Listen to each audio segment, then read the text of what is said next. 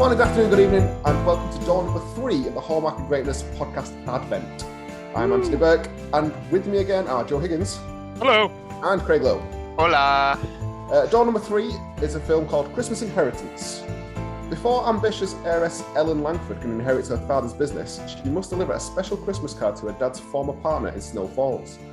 When a snowstorm strands her at the town inn, she discovers the true gift of Christmas. I like this film. I thought this was a lot of fun. It's a solid Christmas film. For starters, it's set at Christmas and it's about Christmas. It is set at Christmas. Christmas is an integral plot point to this film, unlike other ones. Stay tuned. Plop from The Office. And it does contain Plop from The Office, yes.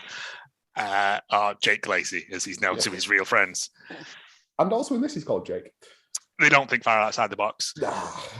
Ellen is a party heiress who is at a fundraiser thing. Yeah, gets drunk and shows her pants by doing a backflip over the thing. Negative one point. Yeah. -1 for drinking. You're not doing well here, are we? Christmas inheritance in Jesus's eyes. And her dad makes her go to the town of, is it Christmas Falls? Or Snow Falls. To deliver these handwritten letters that him and his partner, his business partner, used formed to always the company. They send handwritten letters to each other each year. The company Home and Hearth Gifts. Yes. Yeah, they send not handwritten Hallmark letters, at all.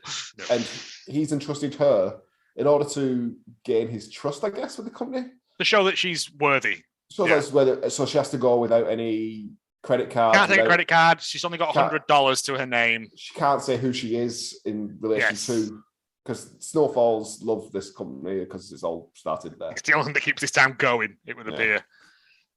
And everyone knows who the owners are, especially Andie MacDowell, which we haven't mentioned yet. Yeah, Andie MacDowell plays a cafe owner, Debbie. Hello, Andy. Yeah. Who also used to be a singer on the road because she's a bit spiky like that. Place your bets on whether she's going to sing at the end of this film. Spoiler alert, she sings at the end of this film. I'm not even going to give you odds on that because you know it's going to happen. She realizes that she has a horrible boyfriend, Gray, does Ellen, who is kind of a douche all the way through this. Yeah. She gets there. There's hilarity. Yeah, all her clothes get hit by a car and stuff.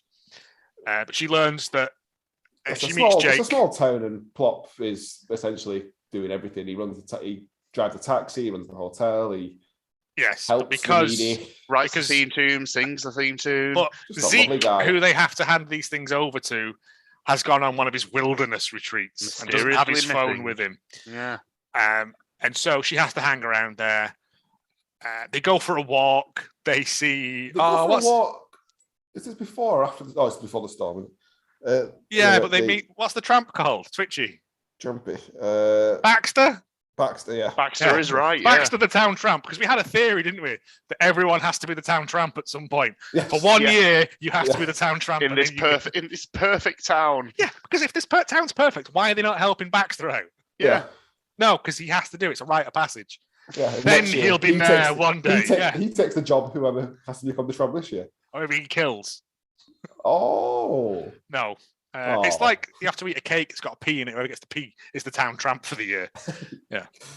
There is a good, they go out and they meet him. He gives him some money. She's like, oh, I don't believe in charity because giving them money is worse than not giving it them. I'm like, how is that true? Yeah. Then there's a big drugs, Joe. They do. In Snow Falls, he's just fucking leathered on eggnog, isn't he? Just spiced off his tits. Yeah. But that's Christmas spice. That's mace and nutmeg and cinnamon. There's a good bit, there's a bad storm blows into town. What?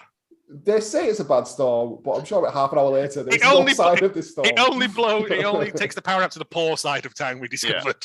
The side of town we don't see, where Baxter lives on his own because everyone else is Baxter is the south of the tracks. The street lighting lives under has gone out.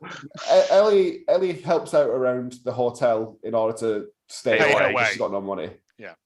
And she slowly learns that to help other people is much better, so she does help Baxter through this storm. Yeah, she goes out to find him in the snow. She comes back in. Sheriff Paul, who is the town's sheriff, who is also black, so they're progressive. Yeah. He's like, oh, that's great. She does a good bit where she hoovers up some underpants that explode. That was quite fun. She gives her room away to family that just seems to be in town for no reason and has nowhere to stay. They're from the poor side of town. They're Baxter's family, but that's Baxter's Baxter family, can't see right. them for a year. You break the rule of tramp law.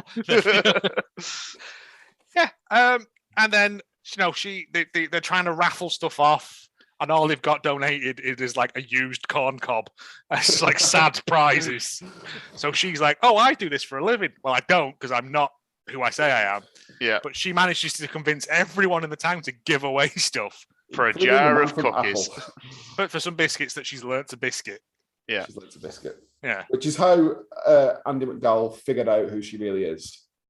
So only Andie MacDowell knows. Besides the badly photoshopped picture of her as her mother. Yes. Yeah. Because they're like, oh, you look so much like her. And I'm like, yeah, because it is her. They've just blurred her face a bit. Yeah. Up to this point, only Andie MacDowell knows, and she's not going to tell anyone because. Yeah. Then her fiance shows up, acts like a prick because they're supposed to be going to Aruba or something. Yeah. He doesn't like Jake because Jake hugged her. Gray goes to get drunk. Jake goes in and he's like, oh, you know that she's Ellen Langford, the heir to this. And he's like, what? I've never read any of the staff bulletins, so I've never seen her before. And despite the fact we say we've got no cell reception, we've got pretty speedy internet up here, though. Oh, yeah, because he finds out about her instantly. Yeah, he goes and has a let me explain moment. Yes. She goes, button for that. yeah, we do. She goes, all right, balls to you then, I'll go. Driving back with Gray, she's like, I still haven't delivered the letters. The fallout is because she says, I'm leaving. It's supposed to be hand-delivered by her, Yes. the letter. And everyone in the town recognises that this is an important step before Christmas. I know, it's stupid. But she says, I'm not going to be able to because I have to go. Plop gets annoyed, but she still goes anyway. And then she regrets it in the car on the way, going, I don't have the letter. Even though she'd already been through that entire box of letters, read every single one, and not realised that this year's was already in there several days earlier. So, yes, this year's has gone missing, she thinks. She wants to go back to find it. And Gray's like, no, what are daft. you doing, you tool? I am a lawyer because I am a a deal man. on the phone. Yeah. She gets the bus back. They're having the big Christmas dance thing. She comes in. Everything's forgiven. Andie MacDowell sings a song. It turns out that Zeke is Father Christmas, not the actual Father Christmas, but he's dressed up like Father Christmas. What a twist! He reads the letter. Would be a twist. He reads the letter out, and the letter says that her dad trusts her to take over the business. Yes, as if he knew this was going to happen all along. And Jake's like, "Sweet, I've just got in with the top brass here." Yeah, and that's basically it. That's it's kiss and credits. And kiss and credits. Silent Night, and it's always pissing Silent Night. Yeah, it is. But you know why? Royalty free. It's royalty free, mate. You don't have to pay. Yeah. Don't have to pay for the rights for that. There's also a bit where there's a good, funny hot water bottle in the bed bit. I just remembered where she freaks out and there's a hot water bottle and the entire hotel come and just stare at her in her underpants, which I thought was weird. I like this. I gave this, I think, a 7.5, maybe an 8. 7.5, I think you said. I gave it 7.3. Craig? Yeah, I gave it a 7.7. Ooh, lovely. Good score. Well done, Christmas Inheritance. Yes. So, Kolo Satsuma, I think that safely puts it in Satsuma territory. Yep. I've also got on my notes, it just says, asshole boys. I don't know what that's about. Ooh. That's for your other podcast. Personal notes, or was that for this? Instructions when I get home. Yeah. Definitely a Satsuma. And definitely in Christmas rotation. It's a fun, good, heartwarming film. Well told, nice well shot, and more importantly, Christmas takes place at Christmas. Yeah. Was it required to take place at Christmas? In my Dove.org rating system, this would be a 1 due to non-married kissing. I don't know. Knickers gets it quite. Yeah, that's what I'm saying. Non-married kissing, knickers, alcohol. Okay, that makes sense. That's fair. Because the rule is that if you see one knickers, all other knickers are allowed throughout the film. It's not per knicker. Once the knicker doors open, They all The come flooding forbidden in. door to Nickerville. Yeah. So it would get a 1, which is quite low normally, but it's a surprisingly good film. So don't let that stop you Christians listening to this. No Christians Christians listening to this. Not the way we slate their websites. Terry Christian could be listening to this. Good Lord, Christ, no. Christian from Edge and Christian, the wrestling tag team, yes. Christian Bale. Oh, no, we're still going with Christian Bale. In conclusion, that was Christmas Inheritance. Find us on Twitter at Hallmark of Great, Instagram at Hallmark of Greatness, email us hallmarkofgreatness@gmail.com, Facebook, find us, Twitch channel that Joe's got, I don't know if he still uses it or not. Yes.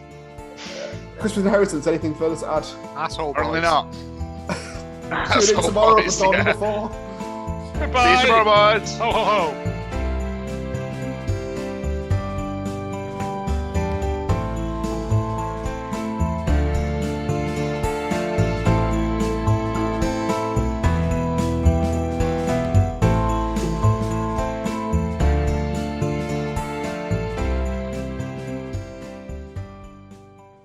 It's like,